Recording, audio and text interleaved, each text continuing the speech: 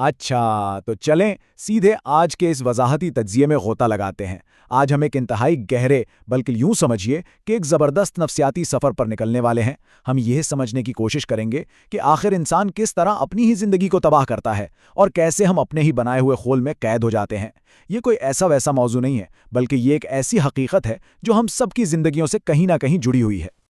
اب ذرا ایک لمحے کے لیے سوچئے، کیا واقعی آئینے میں کسی ایسے شخص کو دیکھنے سے زیادہ تکلیف دہ کچھ ہو سکتا ہے جو ہم کبھی نہیں بننا چاہتے تھے؟ یہ ایک بہت ہی چھپتا ہوا سوال ہے، اور یہی سوال ہمیں سیدھا فیوڈر دوستوفسکی کے شاہکار نوٹس فرام انڈر گراؤنڈ کی طرف لے جاتا ہے۔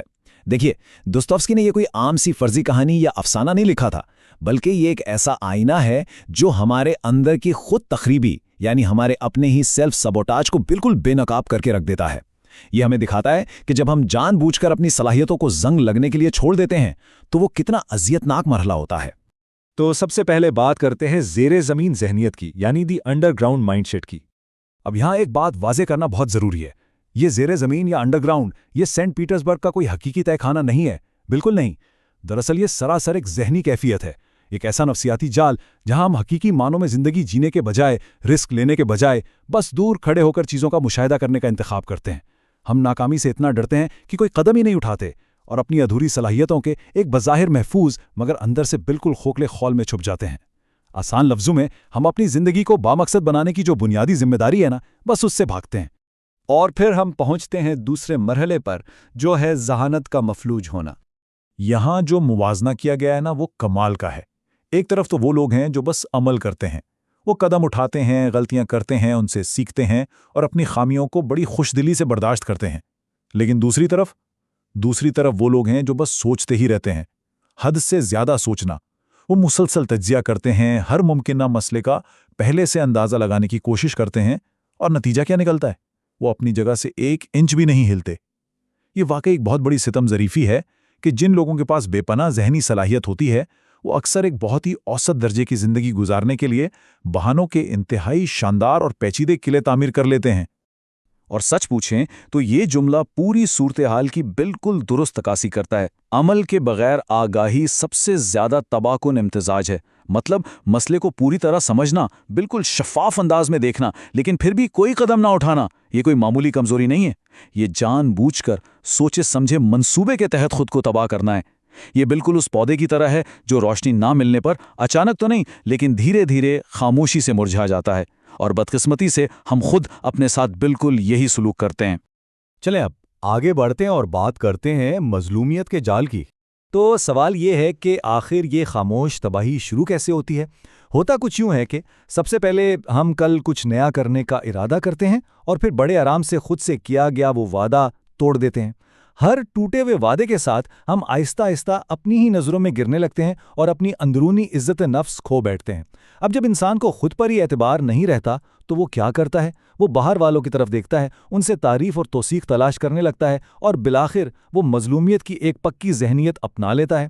ہم اپنا سارا کا سارا کنٹرول دوسروں کے ہاتھ میں دے دیتے ہیں اور حالات کے رحم و کرم پر ایک بے بس قیدی بن کر رہ جاتے ہیں۔ اور یہی وجہ ہے کہ پرانے جاننے والوں یا دوستوں کے سامنے ہم ایک عجیب سے احساس کمتری اور خاموش ذلت کا شکار محسوس کرتے ہیں۔ اس پورے خطرناک ذہنیت کا جو سب سے افسوسناک بلکہ یوں کہیے کہ دل دہلا دینے والا پہلو ہے نا، وہ لیزا کے واقعے سے کھل کر سامنے آتا ہے۔ جب لیزا نام کی ایک لڑکی اس شخص کو سچی محبت، ہمدردی اور ایک بالکل نئی زندگی کی امید دلاتی ہے تو وہ اسے بہت بری طرح ٹھکرا دیتا ہے۔ اب سوچنے کی بات یہ ہے کہ وہ ایسا کیوں کرتا ہے؟ محض اس لیے تاکہ وہ یہ ثابت کر سکے کہ وہ بدل نہیں سکتا۔ وہ اپنے اس جھوٹے بیانیے کو، اس کہانی کو سچا ثابت کرنے کے لیے کہ تبدیلی ناممکن ہے، ایک انتہائی سچے اور مخلص رشتے کو بے دردی سے تباہ کر دیتا ہے۔ وہ دراصل اپنی اسی تاریک قید میں ہی رہنا پسند کرتا ہے، کیونکہ کم از کم وہ ان دیواروں سے واقف تو ہے۔ اب یہاں سے کہانی ایک نیا رخ لیتی ہے۔ چوتھا مرحلہ ہے حتمی انسانی آزادی۔ تو کیا اس گھپ اندھیرے سے نکلنے کا واقعی کوئی راستہ نہیں؟ بالکل ہے۔ اب اس نقطے پر جو چیز سب سے زیادہ دلچسپ ہے نا، وہ یہ شاندار تضاد ہے۔ ذرا غور کریں۔ ایک طرف اس انڈر گراؤنڈ شخص کا اپنا بنایا ہوا ذہنی قید خانہ ہے جہاں صرف بہانوں کی دیواریں ہیں، اور اس نے خود اپنے لیے مظلومیت اور بے عملی کو چنا ہے۔ اور دوسری طرف مشہور ماہر نفسیات وکٹر فرینکل کا حقیقی اور انتہائی ہولناک جسمانی قید خانہ ہے۔ فرینکل نے آؤشوِٹز کے نازی کیمپ کے بدترین رونگٹے کھڑے کر دینے والے مظالم سہے، جہاں ان سے ان کا خاندان، ان کی آزادی اور یہاں تک کہ ان کا انسانی وقار تک چھین لیا گیا۔ لیکن اس سب کے باوجود انہوں نے زندگی میں ایک مقصد کا انتخاب کیا۔ یہ بات ثابت کرتی ہے کہ حالات چاہے کتنے ہی سنگین کیوں نہ ہوں، انتخاب کا اختیار ہمیشہ، جی ہاں ہمیشہ، ہمارے اپنے پاس ہوتا ہے۔ فرینکل کی غیر معمولی دریافت ہمیں کبھی نہیں بھولنی چاہیے، آخری انسانی آزادی، اپنے رویے کا انتخاب کرنے اور بیمانی تکالیف میں بھی مقصد تلاش کرنے کی آزادی۔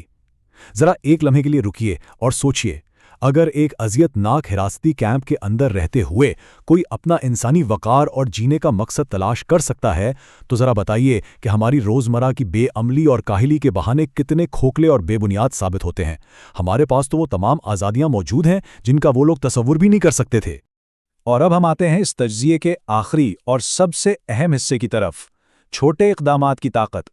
تو پھر سوال یہ پیدا ہوتا ہے کہ ہم اس جمود کو، اس جمے ہوئے پانی کو آخر کیسے توڑیں؟ سب سے پہلے تو ہمیں اپنی روزمرہ زندگی میں موجود ان خطرے کی گھنٹیوں کو پہچاننا ہوگا۔ کیا ہم بھی جانے انجانے میں ایسا ہی کچھ کر رہے ہیں؟ کیا چیزوں کا حد سے زیادہ تجزیہ کرنا اب صرف کام کو ٹالنے کا ایک بہانہ بن چکا ہے؟ کیا ہم صرف اور صرف منصوبہ بندی کر رہے ہیں اور عمل کے نام پر صفر ہیں؟ کیا ہم حقیقی دنیا میں کوئی قدم اٹھانے کے بجائے بس اپنے ذہن میں ہی خیالی بحثیں جیت کر خوش ہو رہے ہیں؟ ہم سب کو بڑی ایمانداری سے یہ تسلیم کرنے کی ضرورت ہے کہ کس طرح ہم روزمرہ کے ان چھوٹے چھوٹے بہانوں سے اپنے ہی ارد گرد غیر مری دیواریں کھڑی کر لیتے ہیں، جو بالکل زنگ کی طرح لگ کر ہماری تمام صلاحیتوں کو کھا جاتی ہیں۔ تو جناب، سب سے اہم نکتہ یہ ہے کہ اس مسئلے کا علاج کوئی بہت بڑا فلسفیانہ یا دانشورانہ تجزیہ نہیں ہے، نہ ہی گھنٹوں کی سوچ و وچار ہے۔ حقیقت یہ ہے کہ ہمت ایک پٹھے یعنی ایک مسل کی طرح ہوتی ہے، اور مسل کو مضبوط بنانے کے لیے کیا کرنا پڑتا ہے؟ اسے استعمال کرنا پڑتا ہے۔ ہمیں اپنی کھوئی ہوئی عزت نفس کے اس خالی ذخیرے کو دوبارہ بھرنے کے لیے قطرہ قطرہ، چھوٹے، عملی اور چاہے وہ کتنے ہی نامکمل کیوں نہ ہوں، اقدامات کرنے پڑیں گے۔ یہ قدم کچھ بھی ہو سکتا ہے، کسی سے وہ مشکل گفتگو کرنا جسے ہم عرصے سے ٹال رہے ہیں، دفتر میں کوئی چھوٹی سی ای میل بھیجنا، یا محض اپنے کمفرٹ زون سے ایک قدم باہر نکالنا۔ بس یاد رکھیے، عمل سے ہی ہمارا خود پر اعتماد دوبارہ بحال ہوتا ہے۔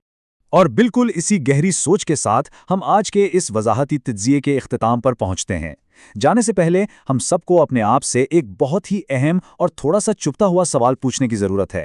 آج، جی ہاں بالکل آج، ہم کس چھوٹے نامکمل عمل سے گریز کر رہے ہیں جو ہمارے اپنے بند دروازے کھول سکتا ہے؟ آئیے ذرا اس پر سنجیدگی سے غور کریں، اس تاریخ ہال سے باہر نکلیں، ان تمام پرانے بہانوں کو پیچھے چھوڑیں اور آج ہی کوئی ایک چھوٹا سا، چاہے جتنا بھی معمولی ہو، عملی قدم اٹھا کر حقیقی معنوں میں جینا شروع کریں۔ کیونکہ سچ تو یہ ہے دوستوں، یہ دروازہ تو کبھی مقفل تھا ہی نہیں، ہم نے بس اسے کبھی کھولنے کی کوشش ہی نہیں کی تھی۔